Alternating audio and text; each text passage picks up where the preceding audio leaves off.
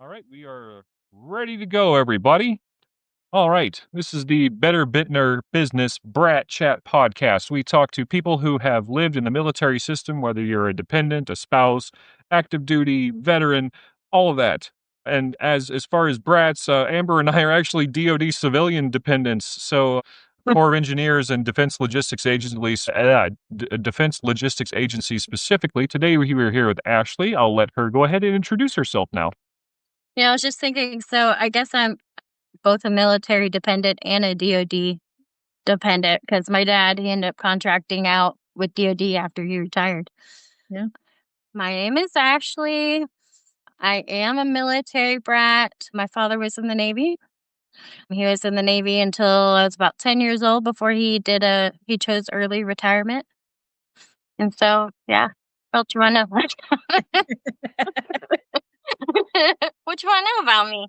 Well, Well, what have you been doing since after high school? Because we were Oh my all, God. General H.H. Arnold High School together. That's how Yeah. we know each other, and I know that you have a small business, so I really wanna hear about, what you're doing with baking and things, and Yeah. just tell us about yourself, what you're doing in the community. How has the military shaped you? Yeah. Oh, well, I would say the military, I think there's pros and cons to each part of it. You have the pros, which is you get to meet all these new people, you get to learn how to socialize with them, you get to see cool places, experience great food in different places, and you have this unique understanding of even different cultures within the United States because you're constantly traveling, and also because the military tends to be fairly integrated. Mm. So that experience was really cool for me.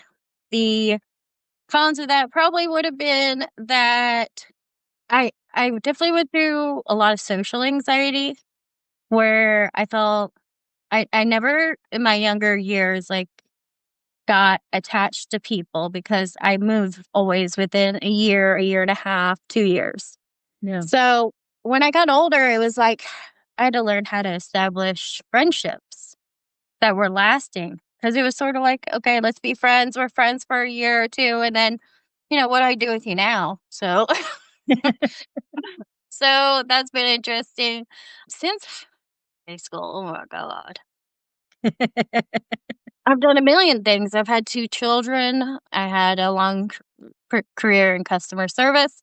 And then recently I started my bakery business because my kids are now teenagers.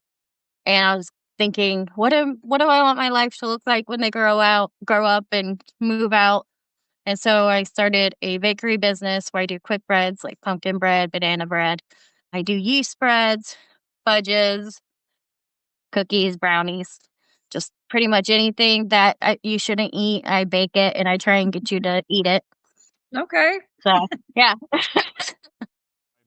I've been in the mental health system and living with my parents while I was dealing with all that. Now I live with my partner in Canada, and Mhm. the major difference is okay. Let me start over because I apparently have my mic muted. So I've been cooking a lot for the past year, and the great thing about it is that now that I'm here in Canada with my partner, I'm no longer living with my parents. I've been able to cook and experiment and fail because that's we talked to Michael Floyd. That's a big part of learning to prepare food is you have to be able to fail at trying to prepare food. And it happens a Yeah. lot more than you think when you're starting out. And I think my favorite success so far is I made some it was like I didn't have bananas. So I made banana bread but with strawberries. And it turned out Oh, Cool. really nice. Yeah. Yeah. so Yeah. you And I would say even more so for baking, right? Because when you're cooking with food that's not baking, you get to be a little more creative and like just throw this in, throw that in, oh, it needs a little bit more of this. And you can change it to your taste. But with baking, it's chemistry. You have to have certain percentages for the things that are in there in comparison to the other things that are in there so that you don't counteract and, you get the desired result. So it's much easier to fail, I would say. Well, yeah, okay. I had a whole grid thing. It was different Mhm. cookies, and they all look different. And it basically under each one, it told you what they added too much of. And Oh, if cool. I could find that, I don't have that prepared. I was going to put it up on screen, but I didn't get it in I'd time. love to see that. Yeah, Yeah. That would it be cool. It's It's pretty it's cool. actually it's actually funny because in Germany one time so that I have a lot of just horror stories about baking. Now I can cook and I can bake, okay? I am decent. My food doesn't kill people, and people have actually told me that it's tasty. So I'm not I will say that I'm a good cook, okay? But there are some things that I have experimented with, and there are some things that my family members will tell you don't ever let Amber start substituting in the kitchen. Because there was one time, and it was actually in Germany, I was going to make my mom it was a homemade, like, birthday cake, okay? And I had pulled this recipe out and everything else, and I did not realize that my mom and my dad had gone grocery shopping for, like, the day. I just knew that they had been, like, out of the house, and I thought, "Hey, this is gonna be a great time to make this cake," okay? Mhm. So I go to crack the eggs for the cake. I open up the refrigerator and like the 3 eggs, I'm like, "Hey, we have 3 eggs. Like I can make this cake. Like we have all the stuff." And so as I start making the cake, I go to crack the eggs in the bowl into the bowl. They're hard boiled. So I Oh. had no like only one of them was like a normal egg. So the cake had 1 egg. Turned out we didn't Oh, have that's any fun. yeah, we didn't have any milk whatsoever. So then I substituted coffee creamer. When I Oh, wow. tell you yeah, that cake did not rise. It was like a hard, flat hockey puck, and my mom Yeah, trying to eat it because your mom's gonna try to eat it and tell you it's delicious because you're her child, yeah, and she couldn't even like, stomach the straight face, so she's trying to eat, she's going, "This is you could like yeah. like, that was all it was. That's funny. Yeah. So, like I I said, love we mothers. oh, yeah, substituting things. Always a And, fun thing. and forgive Um me. Before I ask my next question, I have a terrible memory, and right now I'm sick. Where and if you were in school with this, I apologize. But where were you stationed in Germany too, or Yes, okay? I was in Germany through ninth grade, and then I left after ninth grade. Ah, okay. What year did you So, graduate? 2004. 2004. Okay, okay. So you yeah, you would have. came after she left. Oh, okay, okay. Now I don't feel. Oh. I don't feel so bad. I felt so terrible because I was drawing a blank. But Yeah, no, there was a gap. See, I went over there in, like, 96, 97, and I was over there until, like, 02, 03. So, I had Yeah, a span over there. I know a lot of people from a lot of eras. I got there on my yeah. birthday, January 16th of 2000. Oh, Oh, I left the summer of two wait, when was it? Was it 2001? maybe. Yeah, 2, 3 yeah, it was 2001, Yeah, Okay, summer so of 2000. yeah, there was because some I know your overlap brother, there. he was in my jazz band class. He played the trumpet.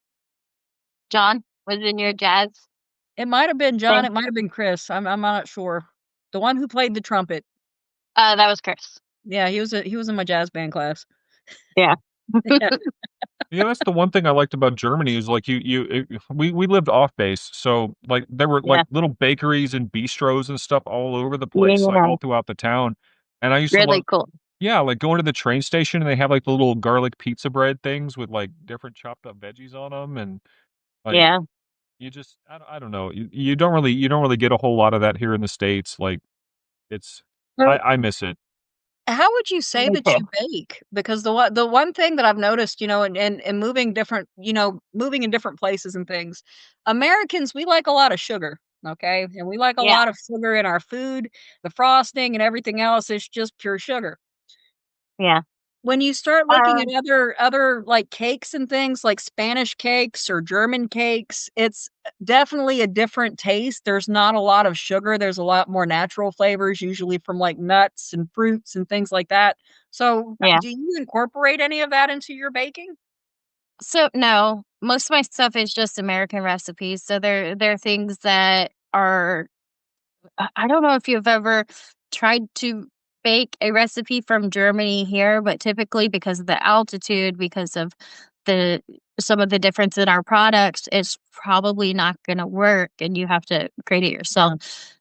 But that's not really what stopped me from doing it. The part was that I just wanted to make quick breads, which is I Yeah. have pumpkin bread, lemon bread, all these. And the reason is because they're a little more savory Mhm. than say, a cake or a cookie, right? So that's always been what I preferred for sometimes I go a little in the dessert area, like cookies or brownies if it's for, like, kids, but I'm really, like, somebody who prefers breads, either quick breads or yeast breads or that kinda stuff, but typically I do try with the yeast breads, like I did a challah bread, Mhm. stuff like that. Mhm. So what were some of your fondest memories from moving around so much and being in the military community in your life? Oh, it's definitely Germany.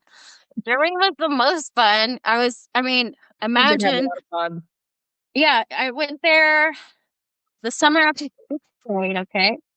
I went from being just a normal girl in the United States living in a neighborhood to now I'm 12 years old. I'm living in Germany. I have access to public transportation that my parents would never have allowed in the United States. No, But yeah. now I'm 12 years old, going from the American base to downtown to our home because we lived out on the economy, and this freedom that I didn't have as preteen in America. So, you get back then, of course, it was marks, right? Deutschmarks. And you get a couple marks in your pocket. You leave school and you go downtown, you buy yourself a pretzel, off one of those little kiosks like you were talking about. Like downtown, they have the little cart Mhm. with some pretzels and things. You buy yourself one of those, you walk around with your friends get an ice cream, then you all jump on a bus and you go different ways, right? Because Yeah. it was just amazing. I come home at dark and just my parents just seem too concerned. Yeah. So that was really cool. So just the freedom of it all was really neat to me. That was my favorite. Oh, yeah. Yeah, my parents, when I turned 16, they were, "Oh, do you wanna go back home and get your license? That way you can drive on the Autobahn." And I was like, "I don't need any of that. Like, just give me a Monopolis Yeah. cart and, like, a month pass for the train every month, and I'm fine. Like, I can go wherever I need to. I don't need a car." And that's Yeah. I kinda miss that, and it's a little bit better here in Canada because they actually have some semblance of public transport, like, where I was in Texas in the Abilene area, like, in the city, in, like, the downtown areas, you have some public transit, and they have, like, this rural rides program that I don't really know how it works, because I think, like, you call them and they come to or I don't even know. It just wasn't the same, and I You're talking about carts. That's called carts. I'm in Texas. okay, yes, So yes, okay. yeah, it's like capital area rural transportation, something like that. You call them. They come and pick you up if you're in a rural spot, and then they take you into a heavier transported area where they have fixed stops typically, or sometimes they'll drop you off at, Okay. wherever. Where are you at in Texas right now? So I'm in Kyle, which is between San Antonio and Austin. Okay, I lived in Austin for a while. I worked for Blizzard Mhm. Entertainment out there. It was, Oh, that's cool. yeah, it was a lot of fun.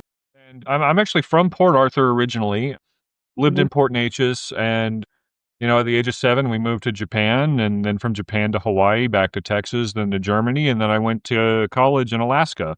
So Yeah. Cool. Yeah, and then my story, I moved around a lot. I was born in, Charleston, South Carolina, ended up Oh, in you're Mobile, in Alabama. Charleston, South Carolina. Yeah, Sorry. I was born in Char my grandfather was Navy, okay? My grandfather actually Cool. fought in the Bay of Pigs. Oh, So, yeah, cool. Charleston. But my I was born in Charleston, went to Mobile, went to Germany, lived all over Germany, went back to Mobile, ended up marrying a service member. 'Cause I've owned and operated a lot of businesses. Because you guys all knew, I walked dogs when I was 10 years old, then when I was 15 or 16, I used to book your guys' bands at local music venues, that's how I made my pocket cash. I owned and operated a mechanic shop when I was 23 or 24. I did that successfully for about 5 years. I've sat as the chief financial officer for a logistics company in Washington State where we focused on government procurement by land, air, rail, and sea. And then right now, where I have my licenses and my certifications, I'm an accredited small business consultant. I'm a certified credit counselor and a certified financial educator. But since 2019, and I've recently stepped out of the role, but since 2019, in some form or fashion, I've been affiliated with the Boots to Business program with the Small Business Administration and the Department of Defense. So I've been actually assisting veteran business owners, helping them get their businesses off the ground from all stages, ground up, expansion, all of that stuff, going through pitch competitions and everything else. So I've done a lot of things. Recently got divorced, but when we were married, I ended up back in Germany, but we were in Graf-Vilsek. So I was in Graf-Vilsek from like 2015 to 2018, maybe 2018. Sometime in there. You know how when you move around so much, it's like, I think it might have been that year. I don't Yeah. know. Yeah, it was one of those things, and then we went to JBLM, and so I was at JBLM for a long time, and then during COVID, I sat on the SBA, PPP, and EIDL disaster response team, and then I was also nominated as the Small Business Administration Instructor of the Year for 2020. It was either 2020 or 2021, and I didn't win, but I still got nominated, so it was a huge honor, That's pretty to cool. do that, so, yeah, I'm a good consultant. So, Yeah. That's great. yeah, but Yeah, I like I like said, life's here, there, and crazy. yeah, I like what you were talking about earlier, you know, how we form connections really fast, and I feel Yeah. like when I got back, a lot of people were kind of off put by that.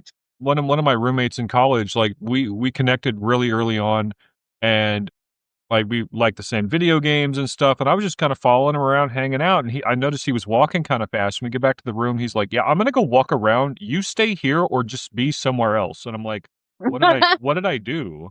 You know? Terrible. And That's terrible.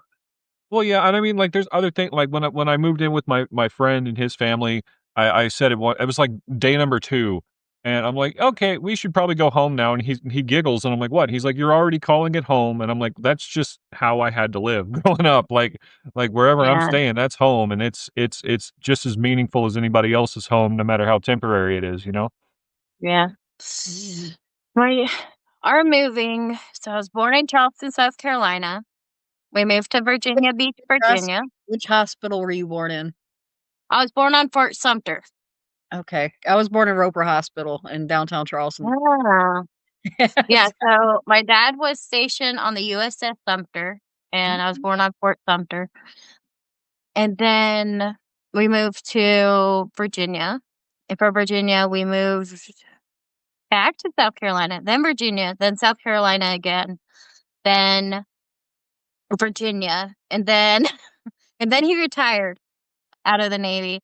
We moved to Atlanta where because he had gotten a job. I actually don't remember which was what department, but it was one of the federal government departments for a while. And then we went to Loganville, Georgia, and there he decided to contract with Dodds, and they moved us out to Germany. Okay. And then after Germany, we landed in what's called Pflugerville, Texas. And I I have a remember feeling Jesse knows what that is just by the look of his facial expression just there, like, "Oh my god, I know this place." I don't know what you're talking about. I'm gonna be Yeah. completely honest. So he took a job with Veterans Affairs, and then he stayed with them until his actual retirement at Yeah. 60. So, yeah. So I remember coming from Germany to Texas in summer. Yeah. Okay. Summers here are no joke.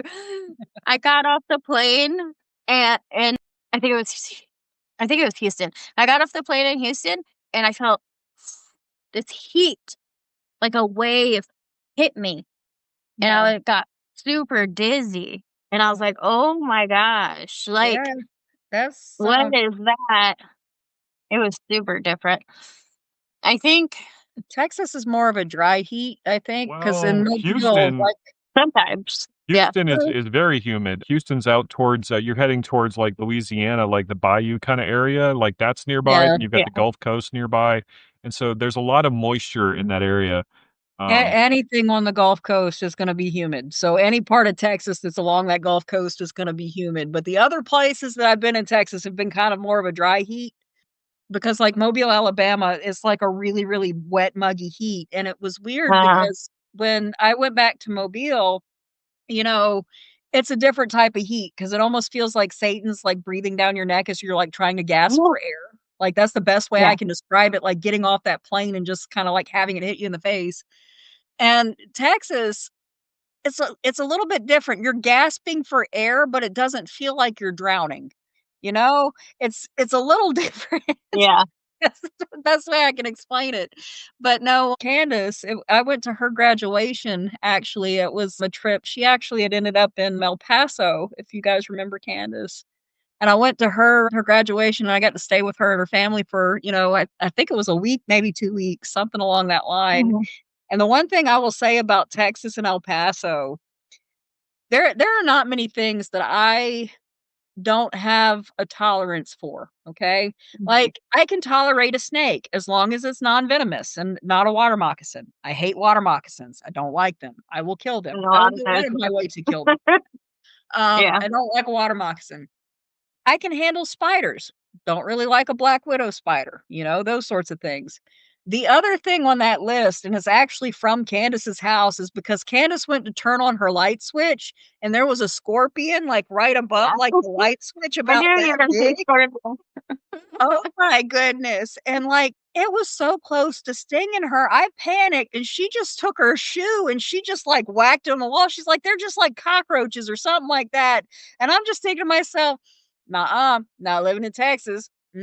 Not doing it. Yeah. Uh-uh. No, like, out where I was, when I was working at the United Supermarkets in Clyde, I'm sitting there, we're walking outside, like, I don't smoke anymore, but they were going out there to smoke, and I was just gonna kinda chill with them outside, and one of the guys is like, "Whoa, whoa, whoa," and he's like, "Scorpion," and I'm like, "What?" And I look down, and there's this scorpion just on the floor, and he, like, scoops it up in some, like, printer paper and, like, goes and tosses it outside.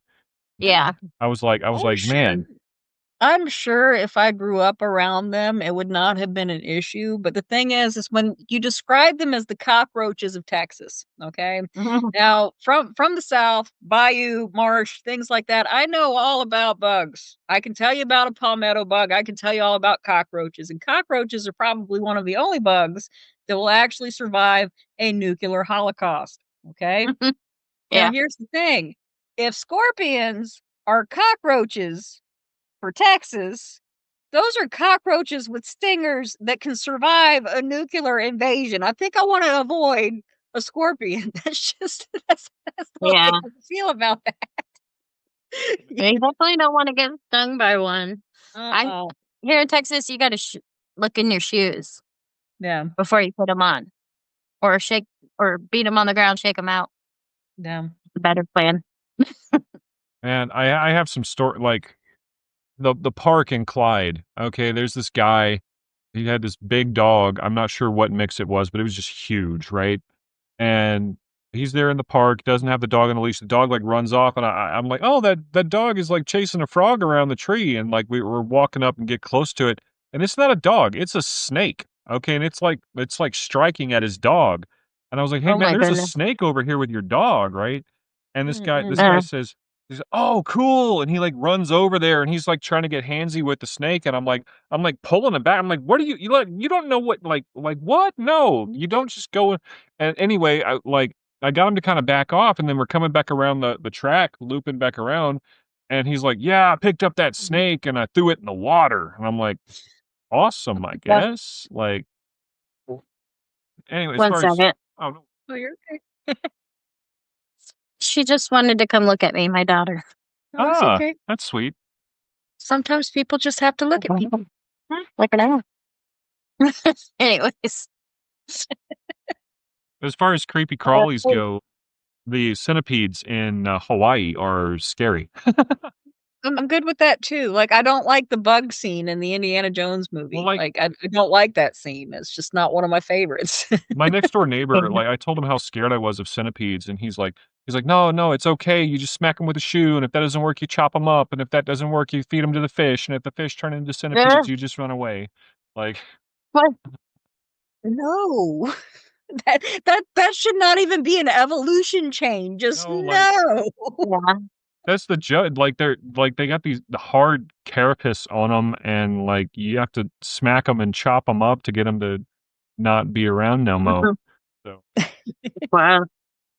So, since the holidays and things are coming up, one thing we have been talking about and discussing with our guests, because Thanksgiving's coming up. Uh-huh. Now we did a special episode with Alex Bagwell for Halloween. I don't know if you caught that or not, but we did catch up with him because I know you remember Alex Bagwell. Yeah, we're catching up with so many people. It's insane. Yeah. It's great. But what have been some of your favorite, like, family traditions or things? Or what are some things that you might have incorporated from other countries or even into the, like, military traditions that you might have, like, incorporated into your family holidays? Advent calendars Oh, yeah. for my kids, something that, some people know, some people don't know about. I bought the little wooden ones. So they pull out a little drawer and I'm gonna put a little candy or something in them. That's something I do with my children. There's different things I do for them that are related to, like, my time in Germany, like, I cook them Eierkuchen, Mhm. uh, and I cook them different things like that, and then my favorite family tradition, right now, all I can think about is my mom's deviled eggs that she's gonna bring to Thanksgiving, so I'm, like, trying to think of a family tradition, but really, I'm just, like, craving deviled eggs as we're talking. I texted her today and I said, "Can you double the amount of deviled eggs you bring this year? I'm tired of getting Oh. 1.5 of them." Like, I want more deviled eggs. Oh my goodness, no, I make weird requests in my family, like, I have been sending my sister pictures of cheesecakes for months because I love cheesecake, so, like, all these different types of cheesecake, so, like, a cinnamon swirl cheesecake, I'm like, "You need to make this," and then I saw, like, a pecan pie cheesecake, like, I've gotta Yeah. try that, you know? And so I've been sending her all of these recipes and everything else, but no, I mean, for the past, 10 years and recently getting divorced, about a year now, but the thing about it, the because we were overseas in Germany, because of everything else, because it was just, him and I, we didn't have kids or anything like that. For Christmas and, like, Thanksgiving, we would always go to the DFAC. So, for the past 10 years, okay, if I haven't been pulled like taffy at Christmas time because when you go Mhm. home, you have to visit all the family, and then when all the family lives in different states, and then by the time you Yeah. get home, it's like, that wasn't even a vacation. That sort of thing. But, when you would have to go to, like, Thanksgiving at the DFAC and everything else, there's nothing wrong with the DFAC. It has great food and everything else. And, there's a personability there because you're all kind of displaced. You're all kind of, hey, you're away from home, so you're making family, with your family.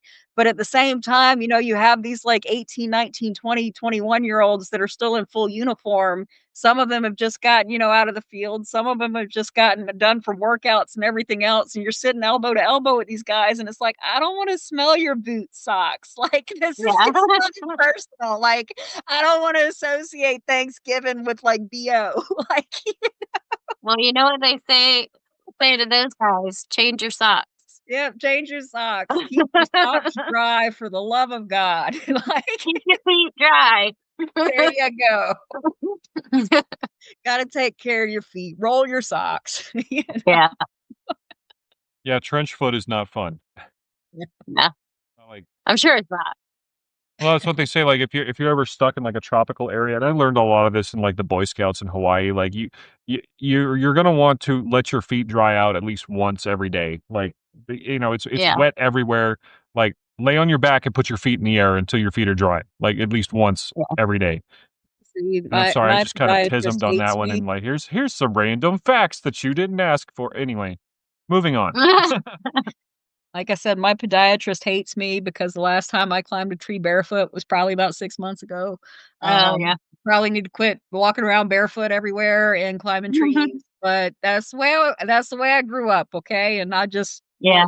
we'll chalk it up to, I don't know, what's military swamp fox. We'll chop it off to that. I mean, in Hawaii, like, it was perfectly normal for you to go to school with no shoes on and be, completely barefoot all Yeah. day long. Like, that was pretty common. And, like, I got to the point where my mom's like, "Aren't your feet burning on that hot asphalt?" And I'm like, "I don't really feel it anymore. I've just been barefoot this entire time."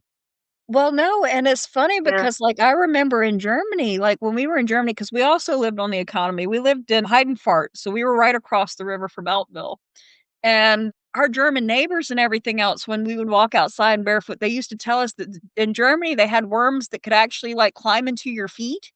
And so they would tell us, like, not to walk around barefoot because of the worms, and, like, I got paranoid about that for a while. So for a Yeah. while, I would solely, like, only wear, like, I would have to wear socks everywhere, and I would wear socks outside. And so then I would come in sometimes and my socks would be wet. And it's just like, it just Yeah. Yeah, it's actually, yeah. hookworms. Hookworms, Mhm. yes. Yes. Don't wanna catch the hookworms. So You know, I went back to Germany when I was like 19, 20 as an au pair.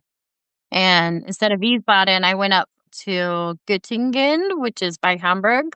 yeah, So I got to I think that's up by, spend Bad Kissingen as well. Hmm? Like, Bad Kissingen, that area? Yeah. So Yeah.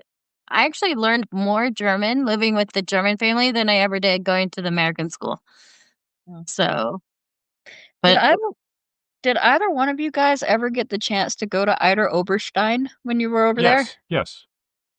no, I don't I think so. remember the name, and that's about it, and I remember my mom pronounced it Eder Oberstein.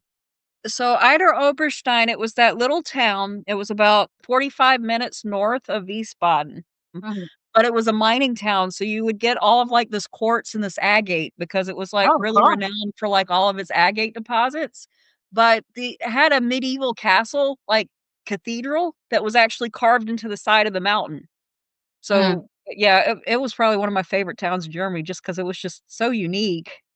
Yeah. Um, What I learned about my mother when we were in Germany is she had no interest in learning too much of the language, and she seemed to prefer to, shop and do everything on the American base. There are a few things she would go and shop for on the economy, but I think she felt a little uncomfortable at times. So oh, yeah. usually when we went somewhere, it was because, like, we went once to Belgium because they had cheap furniture and china she wanted, Yeah, stuff like that, but we didn't go a lot, like, to little sightseeing stuffs in Germany. That would've been cool, though.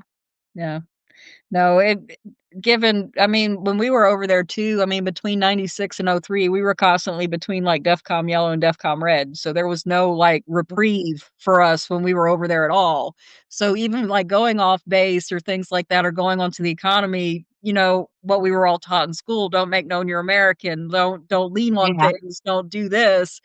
And so, yeah, I can understand why some of our parents were a little more paranoid and protective of us, and as they had every right to yeah, be, as they should have been, and then we 100%. had mad cow, hoof and mouth, bird flu, Yeah. like, all You remember kinds of stuff. you remember when McDonald's came out with the Chicken McPork sandwich? Nobody else Yeah, remembers the Chicken McPork. I do. do you remember the calamari, though? They Yeah. had calamari at one point at McDonald's. I tell people about that all the time. I'm like, "That was so weird." Pretty common menu item in Japan Same. Oh, really? yeah, and they also did, like, curried rice and stuff like that at, McDonald's. Yeah, no, but for Germany to have seafood at a McDonald's, Yeah, Japan, I can understand, because 'cause they're kinda surrounded by ocean, but it's Germany part of the diet. Yeah. That's been the best thing for me, and I'm very food-based, like, when you say Eder Oberstein, the first thing that leapt to my mind was, I had that really cool Granny Smith apple cinnamon dusted donut there. That's what I took Oh, away from nice. all of that. I got a really cool, like, I got some geode cross samples and, yeah, some limestone stuff, which I later learned, and my sister will actually love me for this, but the chemical composition for limestone is CaCO3, which is a calcium carbonate. Oh, The more you know. no, thank you. I almost died not knowing that. Fun fun facts that nobody really cares about. Yeah.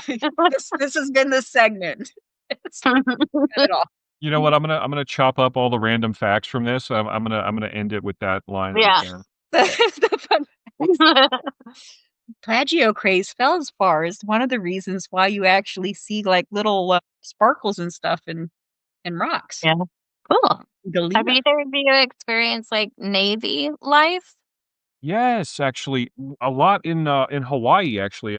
They had the whole Mhm. maritime museum there, and that was just Oh, it was cool. like 4 I think 3 or 4 stories, and, like, you had the whole center, and I think there was a ship in the center, and they had Mhm. all kinds of stuff. Like, they had, like, the first, the key for the huge lock on the first, I think it was the first, what was it called? It was a bank. I forget what the actual Yeah. terminology was, but That's cool. yeah, they had that, and there was the whole, Pearl Harbor Memorial where you, like, actually go out and there's it's like a white building floating on the water, and you can look down and actually see one of the ships right there underneath you, and they have a huge wall with, like, everybody who died in Pearl Harbor on the wall, and Yeah. that was absolutely cool. Spent some time at a few of the bases there, a lot Mhm. of time out at the bases there with, the Cub Scouts looking at, well, not looking at, but, just on the beach in those locations, and absolutely one of the coolest. I remember being at the school and not really fitting in too well, because we lived off post because we were civilian, but, like, we went to this base and I saw all the colorful doors and I was like, "It's a Dodge school." I turned to my mom, I'm like, "Can I go to this school, please?" That's So funny. so about the Navy life, so funny story. So I've worked with all branches of the military. I've worked with all branches of the military for over the past decade. But the thing about it is with, the Navy, I actually got the chance and the opportunity. It was actually one thing that I used to tease one of my former bosses about, but I got to teach at Fallon, Nevada, which in Fallon, Nevada, that's Top Gun. It's a landlocked Navy base. It's weird. Mm. But I That's actually got to teach interesting. boots to yeah, I got to instruct boots to business at that facility, and so I get to joke now and say I was a Top Gun instructor, even though it was for boots to business, I say that it still counts, you know? Yeah.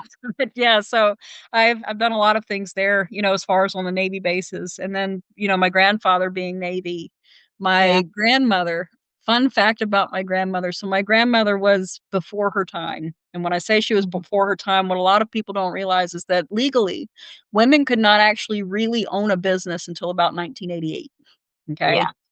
And so in the it might have been the late '70s, okay? Now my grandfather at this point, he had gone from Navy to Coast Guard, but she said that she was gonna open a business, and so she decided that she was going to open up a perfume store.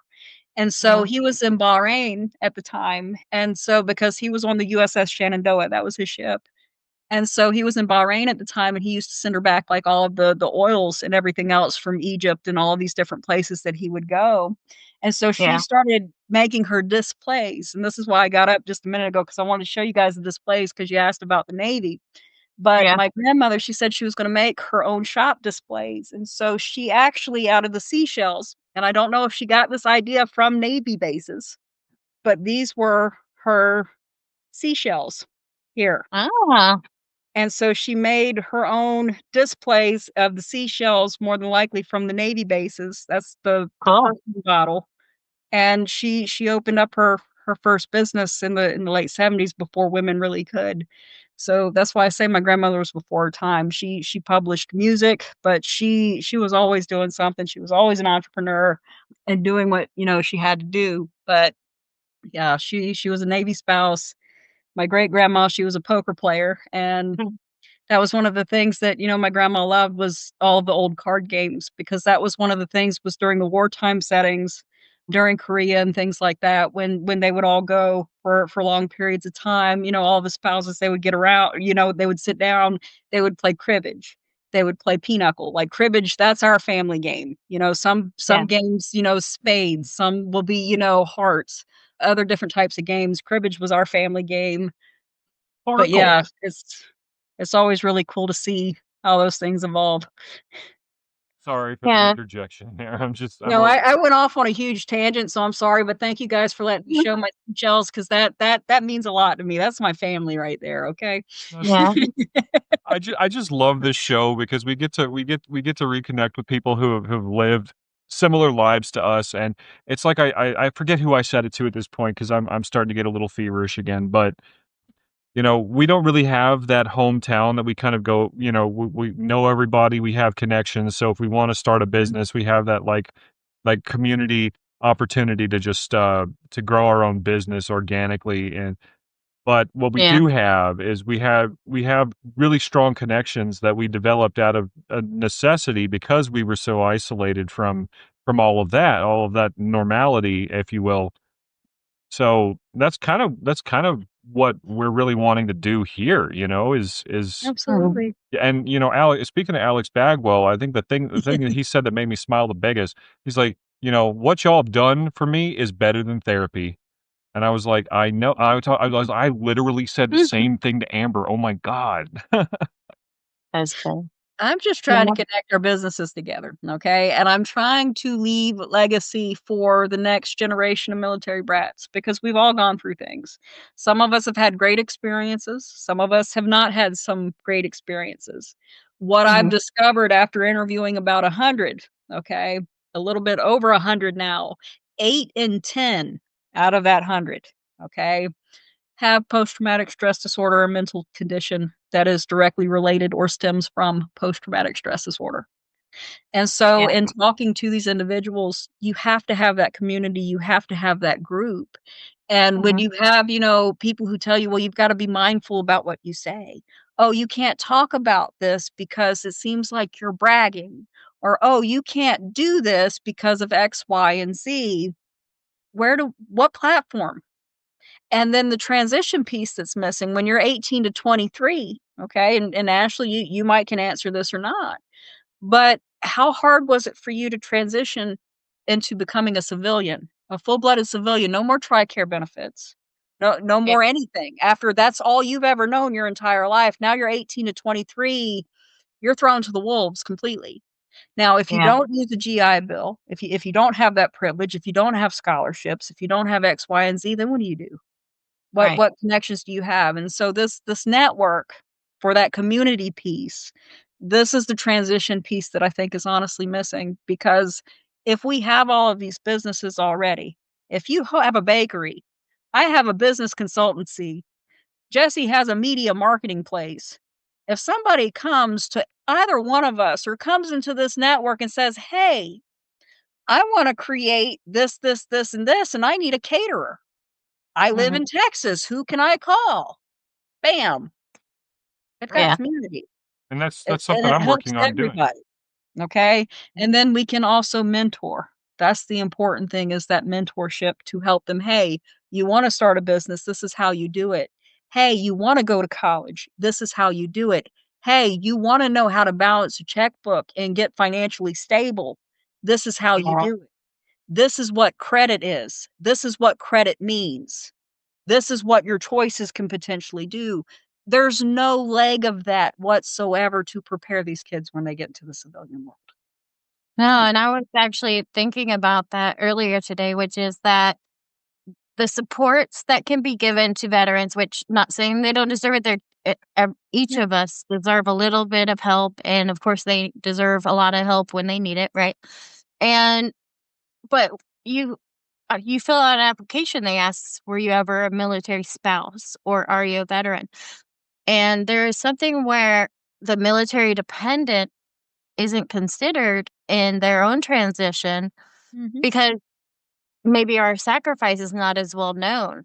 But what I could tell you is my father was in the Navy. He would be gone for 6 months to a year at a time when he went out to sea.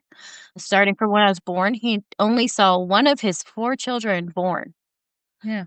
So, when you consider the sacrifice that that It's more military emotional. person is doing and the sacrifice the wife is doing, the children are also sacrificing something. They're sacrificing their time with their parent. They're sacrificing their ability to form a healthy, great connection with that parent. The That is the a huge only sacrifice, you the only know?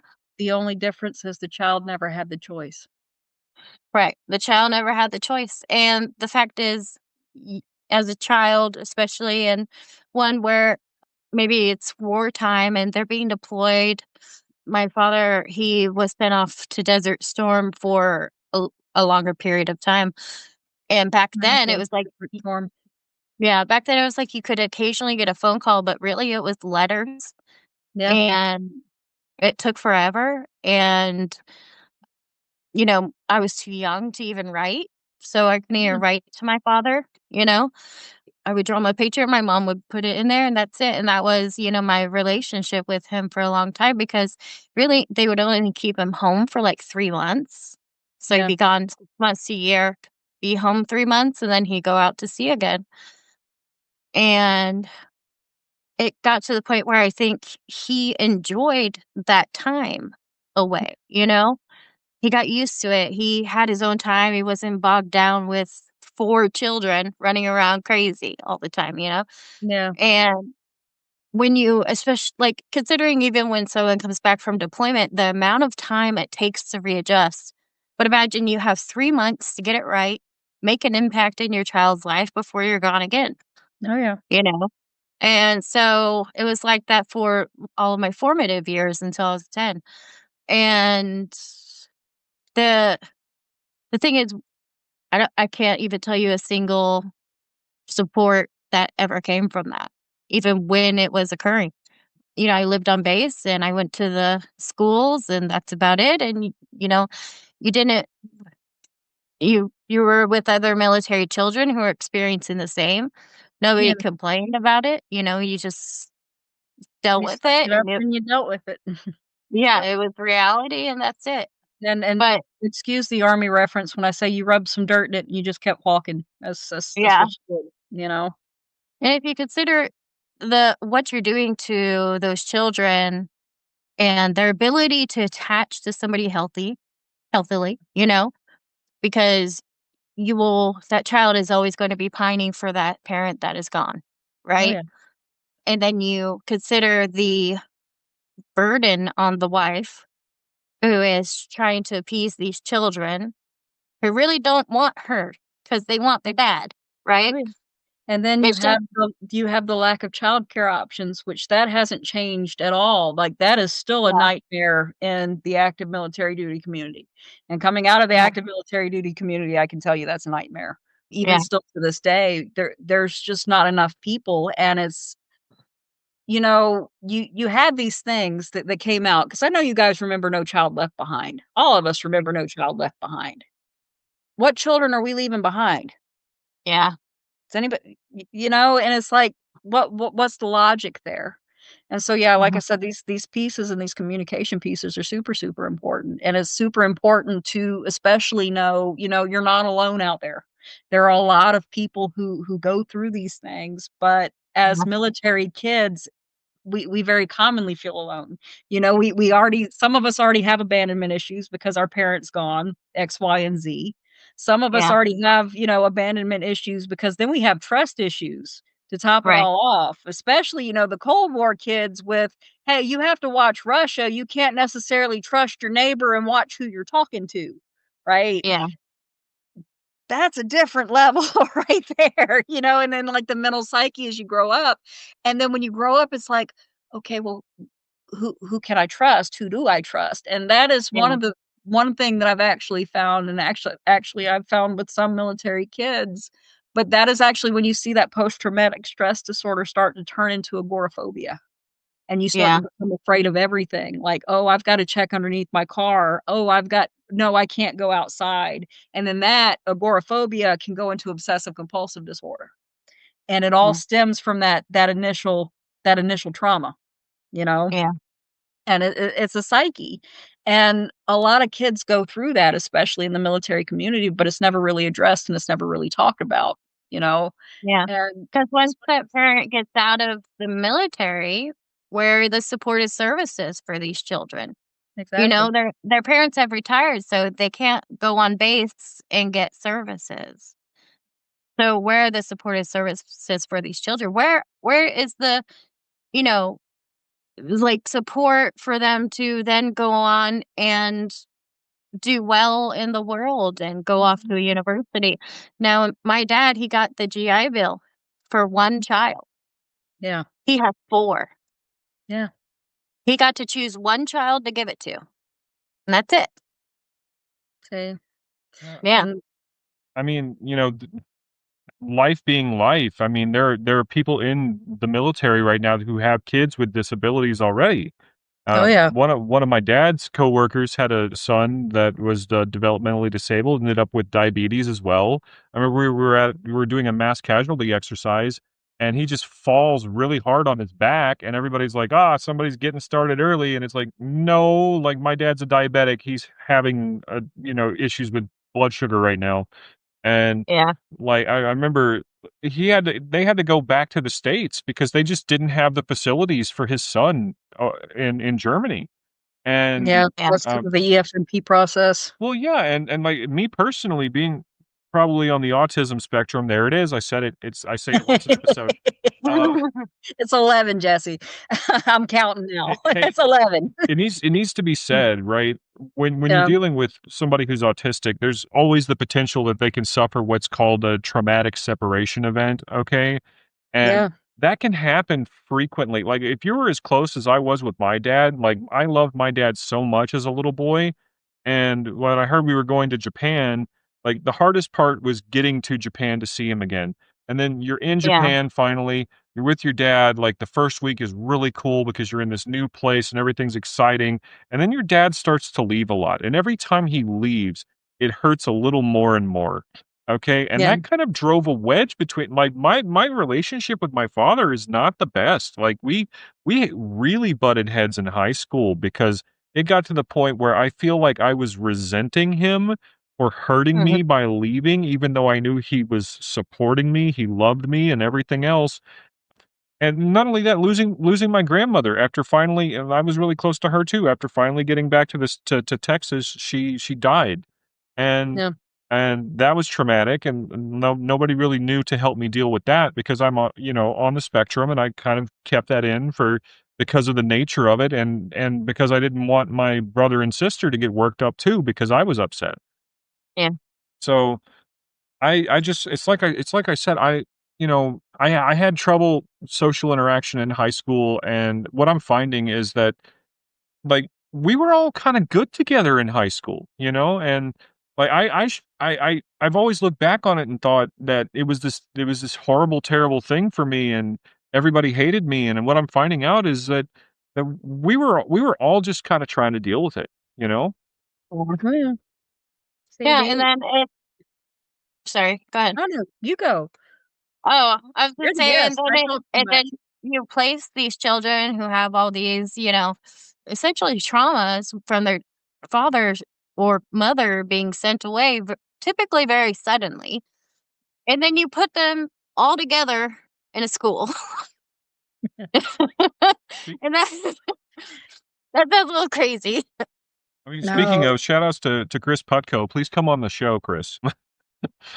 He actually, I think, if I'm not mistaken, when his parents got shipped out, like, he was taking care of his siblings as an Yeah, 18-year-old, as a senior in high Yeah, school, yeah. by himself in Germany. I yeah, cannot even imagine. At least I think that's what was going on. That's how I understood it. I might be corrected on that, but, like, it's insane. Oh, yeah. yeah. No, My there's question is I'm sorry. you're good. I was gonna say my question also is, like, when you have this absent parent, how do you learn how to form a deep connection with them? Especially if back in the day it's just letters and, you're too bored to read your dad's 5-page letter and Well, I all mean, that kind of stuff. technology has gotten, a lot better. There Yeah, are things that they make now. For instance, they've got, and I know that they had them when we were growing up. But for instance, they've got like the daddy bears or the mommy bears where it has their face and it's like the little teddy bear that's wearing like their actual uniform. yeah, They've got little things like that that'll actually have, like, their heartbeat and stuff in it. yeah, You've got the video messaging now because it's not, "Hey, we've gotta buy a phone card, and then it's 10 cents a right, minute, and then we have to dial, like, this 16-digit code on top of this four-digit code to dial this other code to finally dial the American number, but we have to make sure that we dial +49 and then +1," that sort of thing. yeah,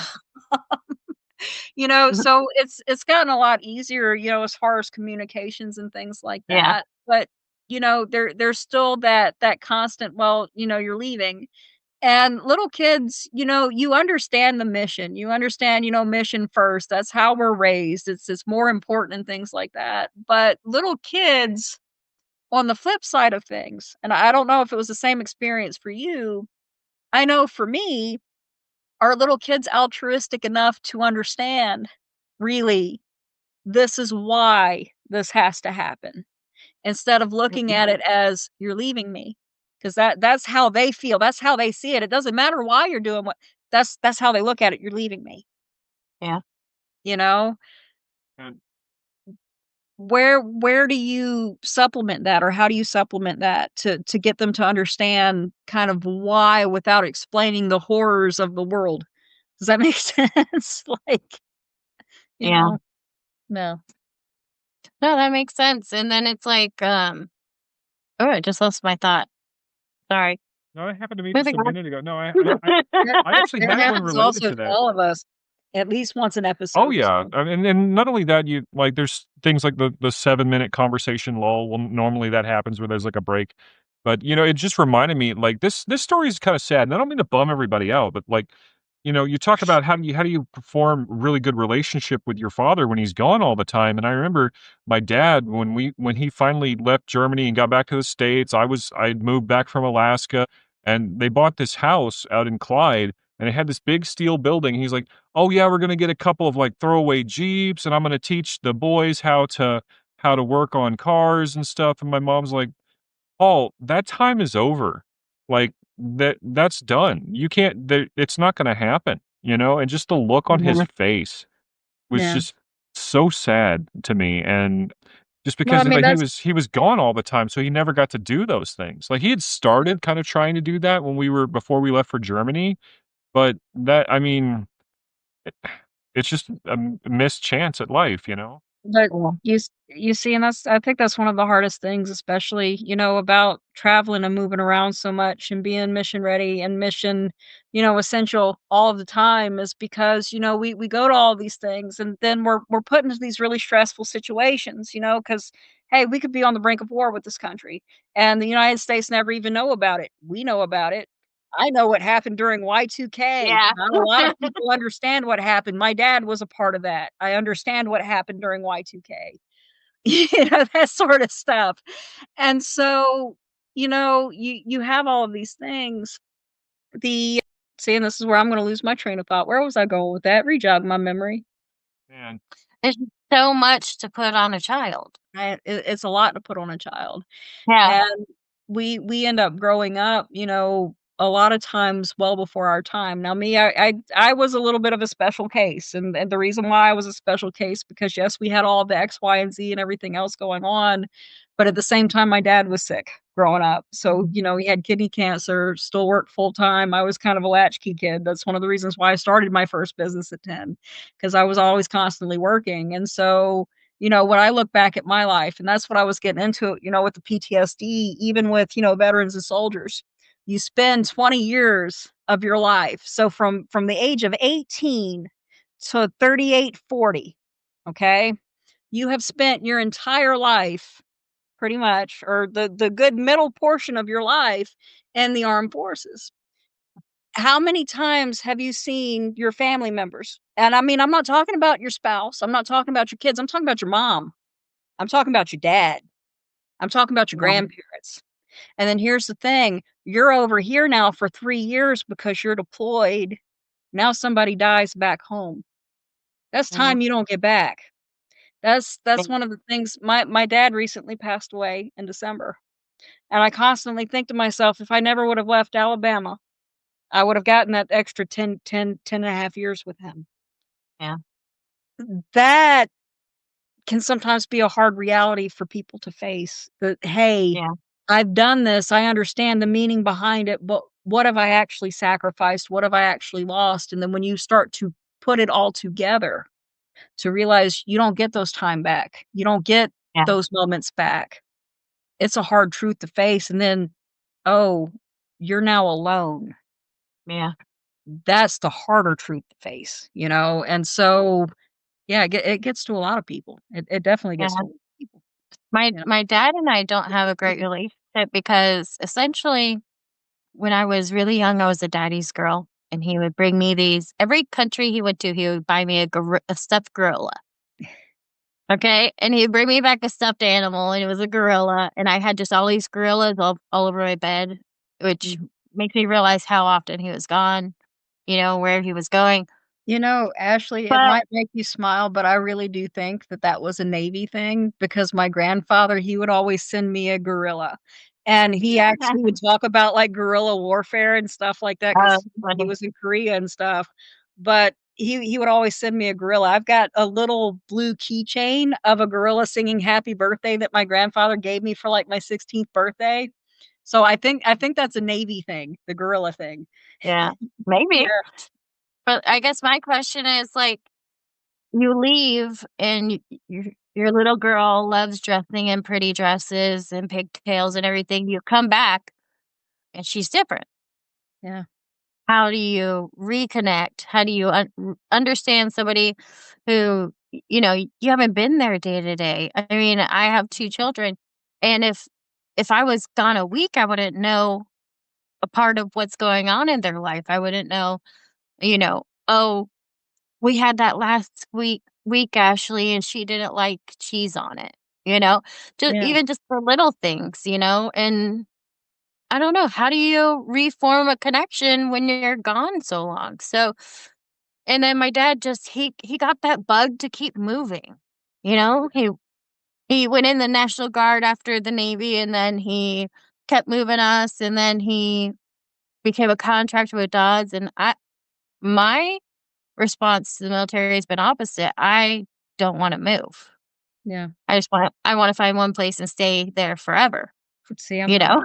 I'm the same exact way. I wanted to find some place where I could actually find roots. And you Yeah, see, and I've got, right now I'm looking at job opportunities. I'm launching this business. I'm doing X, Y, and Z and all of these things. And I've got some really good job opportunities, but a lot of them are, 100% travel or yeah, 75% travel. And the thing is, I can do it. I absolutely can do it. I know I can do it, but I don't want to fly out on a Sunday to come home on a Friday, to fly yeah, out on a Sunday, to come back home on a Friday because that has been my entire life up until this point. And it's like, I just want some roots, but yet yeah, you start to develop career-wise to where they just wanna pull you in all these different directions, and then you're just like, I just don't wanna do this anymore. Because yeah, sometimes I will look at something, and this is what I call a functional freeze, because you'll look at it, you know you have to do it, you go to start to do it, but then everything in your body just goes, "Uh-uh," and you yeah, just sit there because you just, like, like, it's a functional freeze. I do mhm, those things, and like I said, it really goes into you're just tired of moving. You just don't wanna move yeah, anymore. You want roots, you want that community, you want that connection, and you look for it everywhere. And a lot of kids, I think, look for it everywhere as they grow up, which is why they mhm, fall into some of the situations that they fall into, but that's neither here nor yeah, there. Consider this too, okay? Because me personally, my major flaw is that I was looking for someplace, okay? Yeah, But because of how we lived, it was so easy for me to just be like, "I'm frustrated," and just pick up and move yeah, everything immediately. That was so well, easy for me to just shut everything down and go do that. Like, you kinda if become something was avoidant. irritating me, instead of dealing with it, because I didn't know how to, because, the solution is, "Oh, moving is easy." And that's the one thing, like, I'm here in Canada, and I don't ever want to leave Canada. Okay, I wanna stay here just north of Montana and live with my partner for the rest of my life, and I don't care what I'm doing. I could work at Walmart, I don't care, you know? Because Well, I hopefully you're gonna be at Better Business Business forever. well, of course, right? But Okay. for the sake of illustrating my point, okay, like, I have found where I wanna be finally, and I've realized that, to my detriment, being able to just easily move around, and the thing that's really helped me not take it for granted is the immigration process here. It is nowhere near as easy to just go to another country and live as I thought it was. Okay, our Mm-mm. parents mhm, had things like cost of living allowance, they had passports and work permits and everything else that they could get access to immediately. I don't have that here right now. Okay, nobody wants to do a labor market impact assessment to hire me because I don't have a work permit, and I'm not gonna get the work permit unless I have a job offer, which is not gonna happen. Uh, it's not gonna happen, and that's what's required to start the labor market impact assessment.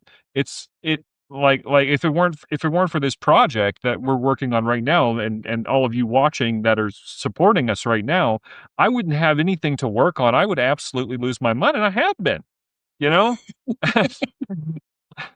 And we are still working on our revenue proceeds. So please, if you have not checked out our Brat Chat shop, please check out betterbitnerbusiness.com. I will go ahead and plug that. You can listen to our podcast. You can actually see all of the different collections that we have, because one of the things that we are doing for small businesses like Ashley over here, we are actually building Ashley a website. We are building Mike a website. We're helping with logos and things of that nature. And as a part of the merch, we're actually co-branding our businesses together, and their small businesses will actually get a certain percentage of the revenue that is actually drawn from the specific collections. So absolutely support us, support our small businesses. Okay? We're tired and we don't want to move anymore. Yeah. Yeah, I can't wait to. We're not nomads. I can't wait to get some artwork and logos and stuff from Ashley, and make some merch. I love putting all that stuff together, and like our platform that we do all of that on is great. And shout outs to my sister who has helped me with an Adobe subscription so I can keep doing what I love to do. Absolutely. But Actually, I want to be respectful of Ashley's time. We are about an hour and 10 minutes in here. Wow, okay. that went fast, you guys. That was Because we amazing. love Ashley and we haven't seen her forever, and we could just talk to her Yeah, forever. and that's the saddest part is when we have to shut it down because of the we try to keep it at about an hour. Yeah. But yeah, if you ever want to come back, and if you have something that you'd like to really rant about, or even just to talk to us again and hang out, maybe there's somebody else from high school that you'd like to have a conversation with that we could get on the show with you at the same time. We could totally hook that up. And I I'm totally tried to get my brother on here, but he's too shy. aw. Well, he could totally come on here. I would totally. And be I'm trying to quiet. get. I'm actually trying to get Matt Commons and a couple of people on the show. If you remember Matt Commons, because it was Matt Commons and your brother in Mr. Frederick's class. And I'm going to end the story because this is a funny story that I remember about your brother. But they were drawing a diagram of an acoustic guitar on the blackboard. Okay, because this was, we didn't have like the dry erase. Mr. Frederick still had like the chalkboard. So Matt like picks up the chalk and he starts like drawing like this entire like guitar and everything else. And then they start naming the parts of the guitar. And so one of the first things your brother says, because they look at like, the butt of the guitar, he's like, we're gonna name that one the ass. And so they just write like the ass of the guitar on there. And then they like the middle No. hole of the guitar. They all came up with the name. They're like, well, what are we gonna call this? And then I forget who it was. It was either Matt or your brother, but one of them said, we're going to call it the Sonic Crevice. I started laughing so hard because now I will always look at the hole in the center of the guitar that amplifies the sound as Yeah. the Sonic Crevice. Even 25 See, years later, it cracks me up. So that's I a can funny tell memory. that was Chris. The one I was talking about was John, and John's the quiet one. Yeah, One of the Sonic Crevice. we're trying to create online spaces for us brats, current, former, whatever, and we Yeah, actually do have a Discord right now. we So do. if we could coax him into coming on the show with you by having him hang out in Discord and play games and stuff, like that would be kind of Mhm. cool. Yeah. Kind Yeah. of get him comfortable talking to us, and just let him know, like, basically you're And just gonna have a conversation with us about how you lived. And exactly. Yeah. And Have hey, where you you been in the world? Like, hang out with us, for an hour. We're not that boring. We're old, but we're not that boring. At least I don't think so. have you reached out to Nisi? I've actually talked to her recently. I have not reached out to her since I started the podcast. So thank you for mentioning her, because now Yeah. I'm gonna reach out to her probably tonight. She is. I just She's remember her phenomenal. as just beautiful on the outside, beautiful on the inside, like just such a neat girl. She didn't have the best experience coming to our school, No, I know. in the beginning, and I've I known, think about that a lot where I'm like, "Why?" Like, she was so nice, so sweet, so beautiful. Like, she was I kind to everybody, I never understood it. I knew Niecy in the 6th grade. So, Yeah, yeah, we were in Miss Haynes' class together, her yeah, history class. So, I have a lot of fond memories of her, and I just remember her yeah. electric smile and just how beautiful of a person that she Oh, was. she I had the know same Oh, smile. yeah. I know that after high school, she did go into service herself, so I'm gonna reach Yeah. out and see if I can't get her onto the show too, because 'cause it'll be good to reconnect with her. You know what happens is I have kids that are middle school and high school now, and so I think of individual experiences with people, during that time of my life, and she was one that, you know, when I think about it, it broke my heart because I remember just there were just some mean people to her, Oh, yeah. and The we I just went never There were some really mean people we went to high school with. I tried I not to never be one of those people. yeah, I never really understood it because just why? Like, It's just don't talk kids. to them if you don't like them. But, yeah, It's the more I think about kids it and what they're going through, and you have to understand we all have different experiences, and some of yeah, us, even when I look at some of the kids, because I don't know if you guys remember one kid that we went to school with, her name was AJ, but she was a ward of the chaplain because of her mm, situation. And so when you think about some of the situations that those kids go through, there are some abusive situations that are hush hush mhm. that aren't talked about. There are some, other situations that go on. And what do? They lash out. Is And that the toxic environments at home, and exactly. then, like I said, you put them in a school together and you just shake it up and see what happens, I guess, like And it stems from toxic leadership in the ranks. And you Yeah, still see it. You don't see it as much, but you still see that toxic leadership that's there. And yeah, it carries there is a definite place where it carries into the home life, into the home situations. yeah. It hasn't changed. Sure. Alcohol in the military hasn't changed either. They still everything. I mean, the last, ball that I went to, St. Barbara's Ball, that was one of the things. Everybody's gonna make the hunch punch with the Uh-huh. dry ice and yeah, let's have a ball, you know? Yeah. So, hasn't changed. It has, but it hasn't. So, Yeah, but with that being said, I guess to end, okay? So, do yeah. you have any advice or anything that you would like to leave to the next generation of military brats? Stay What true to advice? yourself, sometimes in the military, you do meet there is this ideal of the type of personality or the actions of a military child. Is someone who's compliant, they're doing all these things. But I was so different. I really just wanted to read my book at home, write poetry, do things that, my dad thought was really weird. Oh, So, you're right. yeah, and I have I wanted people to stay true to themselves. Like, if you're that type of child, that's okay, and you and know? and Ashley, I just wanna ask you one last question, Sure. but 'cause I don't know if this was the 6th or the 7th grade, but it was you and it was another girl named Heather. But you guys had, like, the most epic Beanie Baby collections, like, ever. Uh, Do you still have that Beanie Baby collection? it wasn't me, it was my best friend, Nicole Okay. Potter. She had a crazy Beanie Baby collection. Oh, wow. Her her mom and her would I just stay remember outside that. the BX when the new Beanie Baby was coming in. They would go in at 6 a.m. and sit outside. Yeah, that Yeah. was, like, the 7th grade because that was, like, all the rage, and I just remember Yeah, you had, like, a really epic collection because you and Heather and, like, another person was always playing with, like, all of the Beanie Babies and stuff, and I was just yeah, thinking to myself, "That's like a hacky sack with eyeballs." Like, that's what I was yeah. thinking Beanie Babies were, you know? I bet those Like things would be real worth a lot of money now, though. yeah. Well, I've got a couple. I need to look them up. I probably need to sell them. Maybe I'll sell them on our Yeah. 4th shop. Man, they actually had a whole run of Beanie Babies that had the state quarters in their feet. Yeah. Oh, that's cool. But with that being said, thank you guys for joining us tonight. Thank you, Ashley, so much. You are welcome back anytime. We are going to be getting your website up. So look forward to that. We're going to be recording a mini commercial for you. So you can definitely Yeah. post that on your social media and things like that to promote your business.